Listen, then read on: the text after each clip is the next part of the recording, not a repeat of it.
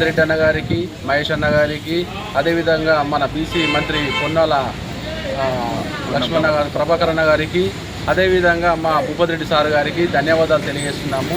ఈ BC declaration అది ప్రతి ఒక్కరికి కూడా వర్తిస్తుంది బీసీలకు. ఎందుకంటే చదువు పరంగా కానీ, ఉద్యోగ పరంగా కానీ ఏ లబ్ధి పొందాలన్నా రిజర్వేషన్ లేక చాలా ఇబ్బంది పడ్డాము ఈ ఇన్ని రోజులు.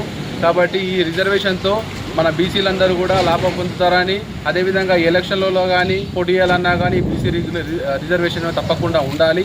అదే విధంగా మనకు రేషన్ కార్డులు అనేది నిన్న ఇవ్వడం జరిగింది.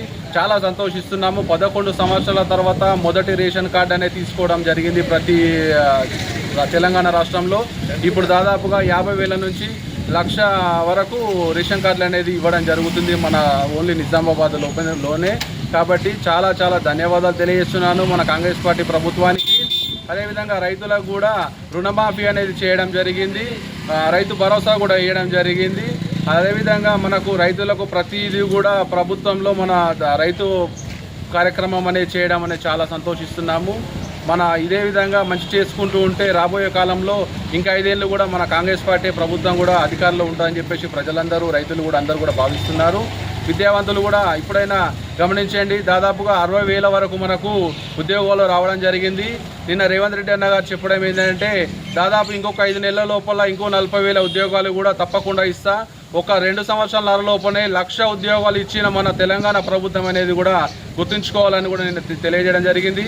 మన భారతదేశం మొత్తంలో కూడా ఫస్ట్ సారి కూడా రిజర్వేషన్ ప్రకటించిన రాష్ట్రంగా మన తెలంగాణ రాష్ట్రమే ముందుంది. కేంద్రం కూడా ఇప్పుడు మన చేసిన ప్రకారమే వాళ్ళు కూడా చేసి అందరికీ కూడా రిజర్వేషన్ పెంచాలనే ఉద్దేశంతో ఉన్నారు. కాబట్టి మన రేవంత్ రెడ్డి అన్న గారికి అదేవిధంగా అందరికీ కూడా ధన్యవాదాలు తెలియజేస్తున్నాను. ఇదే విధంగా ఎస్సీ వర్గీకరణ కూడా చేయడం జరిగింది. వారికి కూడా కొంతమందికి ఇబ్బంది అనేది ఉండే, వారు కూడా లబ్ధి పొందుతారు ఇప్పుడు రాబోయే వర్గీకరణలో కూడా అని మేము అనుకుంటున్నాము.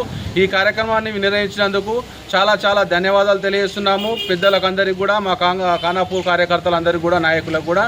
జై కాంగ్రెస్, జై భూపతి రెడ్డి.